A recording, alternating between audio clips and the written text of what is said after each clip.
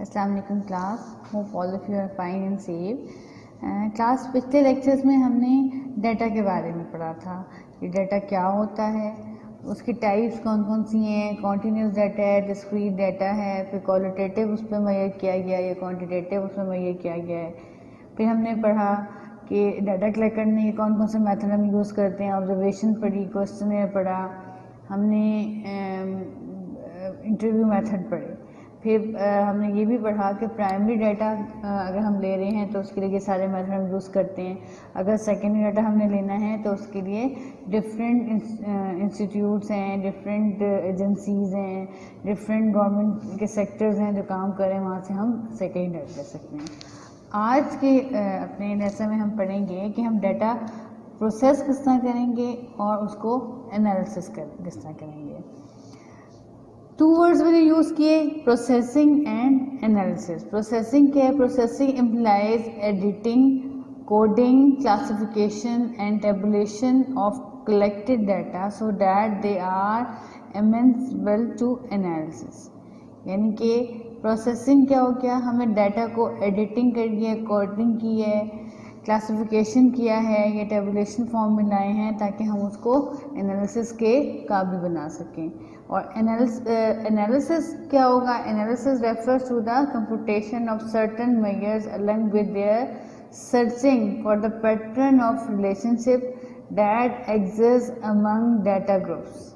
यानी कि हम जो एनालिसिस कर रहे हैं, हम उस डाटा को उसी डिफरेंट कंप्यूटेशंस करेंगे, डिफरेंट मेजर्स उसमें अप्लाई करेंगे और ताकि जो रिजल्ट हम जो उसमें से हैं फाइंड आउट करना चाहें, जो भी हमारा ऑब्जेक्टिव है, जो भी हमारा गोल है, वो हम उसमें से अचीव कर सकें।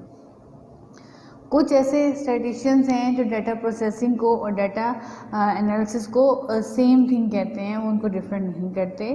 बहरहाल हम दोनों चीज़ों को थोड़ा सा सेपरेटली पढ़ेंगे। प्रोसेसिंग में क्या आता है? सबसे पहले प्रोसेसिंग में डाटा, जब हम डाटा को प्रोसेस कर रहे होते हैं तो सबसे पहले आता है editing. Editing of data is a process of examining the collective raw data, especially in survey, to detect error or omissions and to correct these where possible. Editing में हम क्या करते हैं, जो हमने डाटा कलेक्ट किया है उसमें हम एरर्स को या ओमिशंस को डिटेक्ट करते हैं और कोशिश करते हैं कि उनको रिमूव कर सकें ताकि हमारा डाटा जो है थोड़ा सा रिफाइन हो जाए। 2 टाइप्स की एडिटिंग हम यूज़ करते हैं। एक फील्ड एडिटिंग होती है। फील्ड एडिटिंग से मतलब मुराद ये है कि ऐसी एडिटिंग जो आप डाटा कलेक्ट करते हुए करें। सपोज़ आपने क्वेश्चन फिलअप किया, अब उसकी जो राइटिंग है वो क्लियर नहीं है, उसके राइटिंग में बहुत से फ्लॉज हैं और कुछ वर्ड्स जो हैं समझ नहीं आ रहा कि वो क्या वर्ड लिखे गए हैं। जैसे 7 और 1 में कोई डिफरेंस फर्क नहीं आ रहा। नंबरिंग में अगर हम ले लें, कुछ वर्ड्स ऐसे होते हैं जो आप पता नहीं चल रहा होता क्या वर्ड्स हैं, नेम के स्पेलिंग नहीं पता चल रहे होते। तो ये एडिटिंग हम जो एडिटिंग इसमें करते हैं वो फील्ड एडिटिंग करती हैं। ये उसी वक्त कर दी जाती है या 1 डे या आफ्टर 2 डेज़ कर दी जाती है फील्ड एडिटिंग। उसके बाद जो नेक्स्ट हमारे पास आता है वो है सेंट्रल एडिटिंग। सेंट्रल एडिटिंग जब होती है कि जब हम डाटा सारे क्वेश्चन हमारे फिलअप होकर हमारे पास आ जाते हैं या हमने इंटरव्यूज़ ले लिए हैं या जो भी हमने डाटा कलेक्ट किया है, फिर हम एक एडिटर बिठाते हैं, वो उन सारे क्वेश्चंस को थॉरोली चेक करता है और उसमें कोई ऐसा कोई क्वेश्चन मिसिंग है या किसी का आंसर प्रॉपर नहीं दिया हुआ या कुछ, तो उसको फिलअप करने की कोशिश करता है। लेकिन उसके जहन में ये पॉइंट होता है कि जब हमने क्वेश्चन फिलअप करवाए तो हमने क्या इंस्ट्रक्शन दी थी अपने जो रिस्पोंडेंट हैं उस क्या इंस्ट्रक्शन दी थी, या ऐसे सपोज किसी ने एज ग्रुप अपनी एज नहीं लिखी, अपना स्टेटस नहीं लिखा कि क्या स्टेटस है, या कोई और क्वेश्चन का आंसर सही नहीं दिया, तो एट सम हाउ हम बाकी क्वेश्चन की हेल्प से उसको उन जो खाली जो हमारे पोर्शंस होते हैं उनको फिलअप कर देते हैं। ये क्या कहलाती है? सेंट्रल एडिटिंग कहलाती है। Editor must keep in view several points while performing their work. जब एडिटर का काम जो बहुत सेंसिटिव होता है तो उसको कुछ पॉइंट्स जो हैं वो अपने जहन में रखना चाहिए। First, they should be familiar with instruction given to the interviewer and codes. Some time हम क्या करते हैं, हम कोड्स भी बनाते हैं जो क्वेश्चन में नहीं होता, क्वेश्चन ओपन एंडेड भी हो सकता है कोई क्वेश्चन उसमें, लेकिन बैकग्राउंड में हमने उसके कोड्स बनाए हुए होते हैं, codes as well as with the editing instructions applied to them for this purpose. और उसको सारी ना सिर्फ वो इंस्ट्रक्शंस हमें रखनी होती हैं जो इंटरव्यूअर को दी होती हैं या वो कोड्स उसको पता होने चाहिए, उसको वो भी इंस्ट्रक्शन अपने कीप ऑन व्यू में रखनी चाहिए जो उसको दी गई हैं डाटा को एडिट करने के लिए। फिर while crossing out an original entry for one reason or another, there should just draw a single line। अगर वो किसी एंट्री को क्रॉस कर रहा है, उसे लग रहा है कि ये अकॉर्डिंग टू इंस्ट्रक्शन नहीं है, तो उसने क्या करना है, जैसे कोई किसी ने अपनी एज लिखी हुई है 48, तो वो उसको सिंगल लाइन से क्रॉस करेगा, वो इसको यूं क्रॉस नहीं कर सकता या यूं करके नहीं कर सकता। ये कुछ इंस्ट्रक्शंस हैं जो उसको कीप इन व्यू रखनी है। फिर they must make entries on the form in some specific color and they too in a standardized form। अगर हमने बताया कि कुछ इसको हाईलाइट करनी है क्वेश्चन में तो उनको स्पेसिफिक कलर्स बताए गए हैं। जैसे कोई अगर मैरिड है और उसको मैं कहती हूँ कि मैरिड को ग्रीन कलर देना है, तो वो ग्रीन कर देगा विदाउट चेकिंग द क्वेश्चन। मुझे पता चल जाएगा कि ये क्वेश्चन है किसी मैरिड पर्सन का है। अनमैरिड का सपोज मैं ब्लू कर देती हूँ, और जो सिंगल हो गए आफ्टर मैरिड विडोज़ हैं उनका मैं क्या कर देती हूँ येलो कलर। तो क्या कहते हैं कुछ हम कुछ स्टैंडर्ड फॉर्म में कोई कलरिंग उसे अगर एडिटर को बताई गई है तो उसने उसको भी करेक्ट करना है। उसके बाद they should initial all answer with the change और सप्लाई। और लास्ट है editor initials and the date of editing should be place on each complete form और शेड्यूल। यानी कि जो उसने एडिटिंग की है उस पर अपना डेट और सिग्नेचर भी देगा, और जो उसने चेंज किया वो हमें बताया भी कि इसने ये विधियाँ की हैं। उसके बाद नेक्स्ट मेथड हमारे पास आता है कोडिंग मेथड। कोडिंग मेथड एक बहुत ही सेंसिटिव मेथड होता है। Coding refers to the process of assigning numerals or other symbols to the answer so that responses can be put into a limited number of category or classes।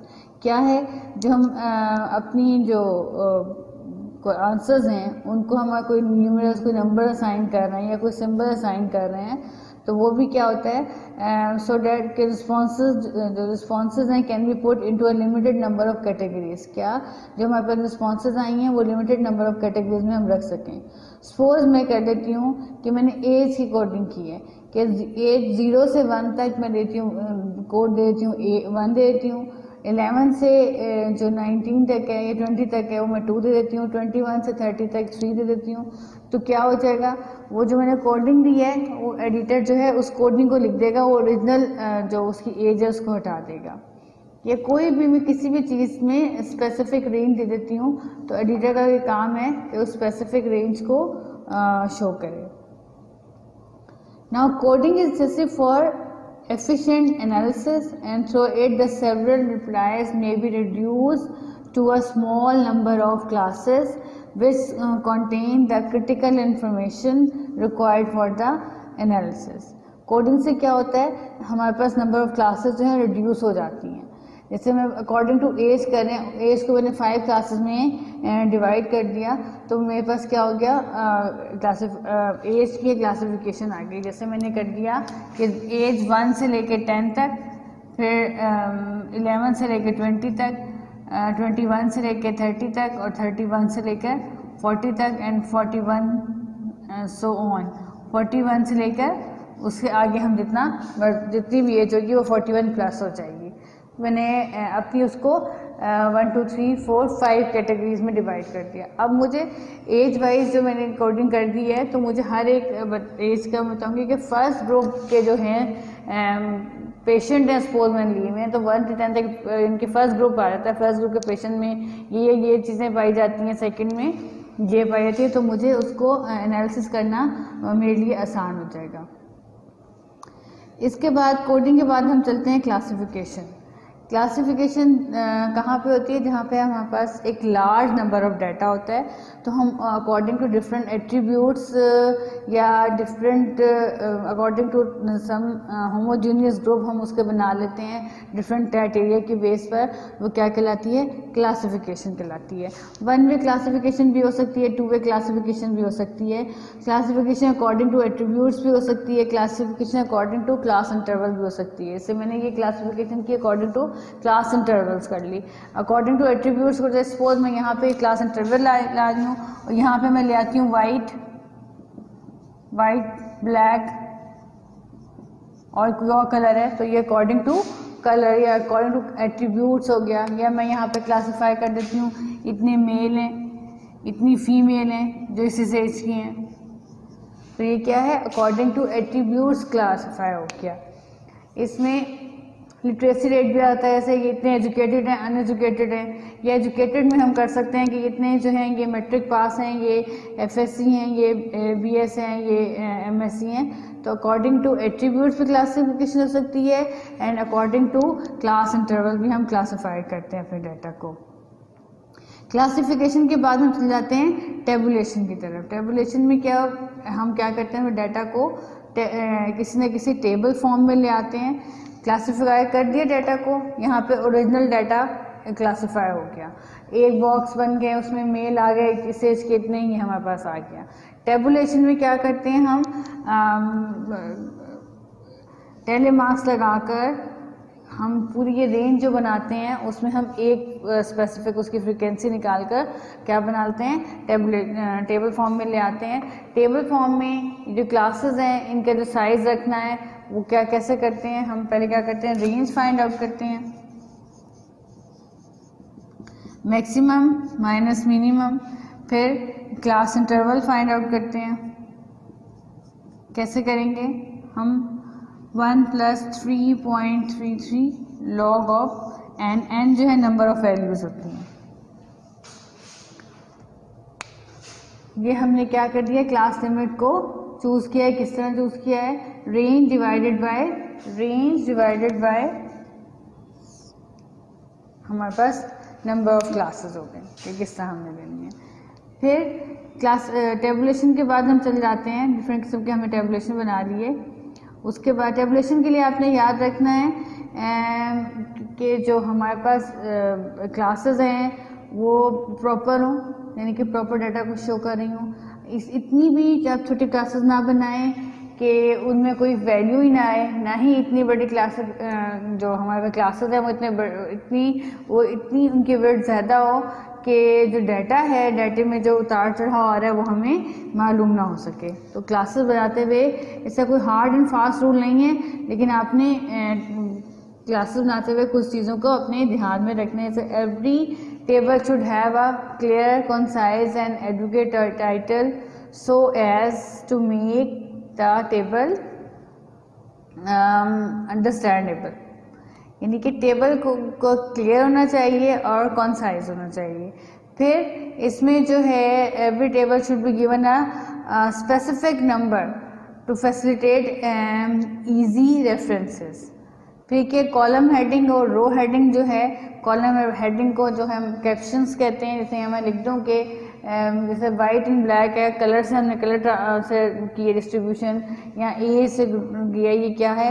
ये रो heading है। और column heading हमें पास यहाँ पर जैसे मैंने white and black लिखा हुआ है और यहाँ पे कलर्स लिख दें आप, यहाँ पे आपने एज के हिसाब से लिखा हुआ है तो यहाँ पे लिख दें एज। तो ये क्या हो जाएगी? कॉलम हेडिंग हो जाएगी, ये रो हेडिंग हो जाएगी। कॉलम हेडिंग को हम क्या कहते हैं? कॉलम हेडिंग को हम कैप्शंस कहते हैं और रो हेडिंग को हम क्या कहते हैं? रो हेडिंग को हम स्टब्स कहते हैं। तो हमारे पास कॉलम हेडिंग और रो हेडिंग जो है वो क्लियर होनी चाहिए। फिर जो फुट नोट्स हैं आपने कोई बनाए हैं, कोई वैसे हेडिंग है, वो सारी यूजली क्लियर होती है। फुट नोट्स किसी स्पेसिफिक कॉलम के बारे में कोई बात आप बताना चाहते हैं तो आप यहाँ पे नंबर 1 शो करके, इधर नंबर 1 लिख के या स्टार शो करके आप उसको भी क्लियरली डिफाइन करते हैं। ये टेबल की कुछ क्वालिटीज़ हैं जो आपने ज़रूर कीप इन व्यू रखनी है वाइल मेकिंग द टेबल। फिर हम चले जाते हैं कि हमारे पास कौन कौन सी टाइप ऑफ एनालिसिस हैं। डिफरेंट टाइप ऑफ एनालिसिस हैं, हम स्टार्स में यूज़ करते हैं। ये तो था अभी हमने जो डाटा को क्या डाटा प्रोसेस किया, यहाँ तक टेबल बनाने तक क्या किया, हमने एडिटिंग की, हमने कोडिंग की, जहाँ जहाँ ज़रूरत थी एडिटिंग की, वहाँ एडिटिंग की, कोडिंग की जहाँ जहाँ ज़रूरत थी हमने उन कैटेगरीज़ को क्वेश्चंस की हमने कोडिंग कर दिया। जहाँ जहाँ हमने क्लासिफिकेशन करना चाहते थे हमने क्लासिफाइड कर दिया डाटा को, और जिस डाटा को हम जिस तरह टेबल फॉर्म में ला रहे हैं वहाँ पे हमने टेबुलेशन कर दी। अब हम कर रहे हैं कि हमने किस टाइप की एनालिसिस करनी है। 2 टाइप की एनालिसिस होती है, एक डिस्क्रिप्टिव एनालिसिस होती है, एक इन्फ्रेंशियल एनालिसिस होती है। डिस्क्रिप्टिव एनालिसिस में हम अपने डिस्ट्रीब्यूशन के जो पैरामीटर्स हैं उनको डिफाइन करते हैं एक सिंगल वैल्यूज़ की फॉर्म में, उसको डिस्क्राइब करते हैं। और इन्फ्रेंशियल में हम क्या करते हैं, जो हमने पैरामीटर्स हैं उनको टेस्ट करते हैं कि वो सही हैं या जो हमने हमारा एस्टिमेशन है वो सही आई है कि नहीं आई। डिस्क्रिप्टिव स्टैटिस्टिक्स और इन्फ्रेंशियल स्टैटिस्टिक्स दोनों टाइप के हमने एनालिसिस करनी है। फिर क्या है डिस्क्रिप्टिव में क्या आ जाएगी, हम पहले measure of central tendencies find out करते हैं, फिर measure of dispersion find out करते हैं। सेंट्रल टेंडेंसी में क्या है, हमने पिछली क्लास में पढ़ा था, मीन, मीडियन, मॉड और ये सब कुछ हम फाइंड आउट करते हैं जितने भी एवरेजेस होते हैं। डिस्पर्शन में हम उसकी रेंज फाइंड आउट करते हैं, mean deviation, quartile deviation, standard deviation और वेरियस फाइंड आउट करते हैं। फिर कोरिलेशन एनालिसिस पर जाते हैं। कोरिलेशन एनालिसिस स्टडीज कहते हैं कि joint variation of 2 or more variable for determining the amount of correlation between 2 or more variable, यानी कि 2 या 2 ज़्यादा वेरिएबल के दरमियान जितनी डिग्री ऑफ क्लोजनेस पाई जाती है हम उसको मेजर करते हैं कोरिलेशन एनालिसिस में। और कैजुअल एनालिसिस भी करते हैं, उसमें हम क्या करते हैं, इस casual analysis concern with the study of how one or more variable effect the change in another variable, यानी कि एक वेरिएबल बाकी वेरिएबल्स पर कैसा इफेक्ट डाल रहा है अगर उसमें कोई चेंजेस आ रही है। फिर हम जो है बहुत ज़्यादा इसमें क्या करते हैं, रिग्रेशन एनालिसिस भी करते हैं। मल्टीपल सिंपल रिग्रेशन बहुत कम हो जाती है मोस्टली, जो हमारे जब हम इतने बड़े पैमाने पर रिसर्च करते हैं तो मल्टीपल रिग्रेशन एनालिसिस करते हैं। This analysis adopted when the researcher has one dependent variable, और उसका वो जो है वन जो डिपेंडेंट वेरिएबल है उसको हम कंसिडर करते हैं कि वो फंक्शन है 2 और मोर इंडिपेंडेंट वेरिएबल का, यानी कि 2 या 2 से ज़्यादा इंडिपेंडेंट वेरिएबल उस पर इफेक्ट डाल रहे हैं। तो ये क्या है, मल्टीपल रिग्रेशन एनालिसिस करते हैं। नेक्स्ट क्लास में हम ये कंप्लीट इसको थॉरोली पढ़ेंगे। फिर मल्टीपल डिस्क्रिमिनेंट एनालिसिस करते हैं। इसमें इस टाइप के एनालिसिस में क्या होता है, this analysis appropriate when the researcher has a single dependent variable that can not be measured but can be classified into 2 or more groups on the basis of some attributes। Single variable है, इसको हम major नहीं कर सकते, लेकिन उसको हम क्या कर रहे हैं, क्लासीफाई कर रहे हैं 2 or more एट्रीब्यूट्स में। The object of this analysis happens to be predict and possibility of belonging to a particular group based on several predictor variable। यह इसके लिए हम क्या करते हैं, डिस्क्रिमिनेंट एनालिसिस करते हैं। और वहाँ पे होती है जहाँ पर जो डिपेंडेंट वेरिएबल है उसको हम मेजर नहीं कर सकते, लेकिन 2 और मोर कैटेगरीज में हम डिवाइड कर देते हैं। मल्टीवेरिएट एनालिसिस कहाँ हम करते हैं, मनोवा भी इसे कहते हैं। This analysis is an extension of 2 way ANOVA. 1 वे और 2 वे एनोवा के बाद हम उसकी जो एक्सटेंशन आती है वो मल्टीवेरिएट एनालिसिस आती है, where in the ratio of among group variance to within group variance is worked out on a set of variable। and canonical analysis भी होती है। this analysis can be used in the case of both measurable and non-measurable variables for the purpose of simultaneously predicting a set of dependent variables from their joint covariance with the set of independent variable। ये सारी जो हम techniques हैं ये अपने further lectures में हम separately define करेंगे। इन सारे ये जो सारी हम एनालिसिस करते हैं, इसके बाद हम इन्फ्रेंशियल एनालिसिस पे आते हैं, यानी कि इन सब जो हमने डिस्क्रिप्टिव स्टैटिस्टिक्स फाइंड आउट करते हैं उनको फर्दर टेस्टिंग के लिए करते हैं। Inferential analysis concern with the various test of significance for testing hypothesis in order to determine with what validity data can be said to indicate some conclusion or conclusions. It is also concerned with the estimate of population value. It is mainly on the basis of inferential analysis that task of interpretation. क्या करते हैं हम इसके अंदर कि हम अपना जो हमने पैरामीटर एस्टिमेट किए होते हैं उनको इंटरप्रेट करने के लिए भी हम टेस्टिंग करते हैं, और उनको जो हमने पैरामीटर्स सैंपल के थ्रू एस्टिमेट किए होते हैं उनको भी टेस्ट करते हैं कि whether they belong to the same population और नॉट। ये तो थे process of analysis of data कि हम डाटा में क्या करेंगे, प्रोसेसिंग किस तरह करेंगे और एनालिसिस करेंगे। प्रोसेसिंग में हम क्या करते हैं, एडिटिंग करते हैं, कोडिंग करते हैं डाटा को, और क्लासिफिकेशन करते हैं डाटा की, या टेबल फॉर्म में ले आते हैं। और एनालिसिस में हम क्या करते हैं, वो जो सारी स्टैटिस्टिकल टेक्निक्स हम जो फर्दर अप्लाई करते हैं वो क्या डाटा के एनालिसिस में करते हैं, और उस एनालिसिस के बेस पे हम कोई ना कोई अपने रिसर्च का कंक्लूजन निकालते हैं। That's all class. इंशाल्लाह नेक्स्ट लेक्चर्स में हम अपनी ये स्टैटिस्टिकल टेक्निक्स पढ़ेंगे।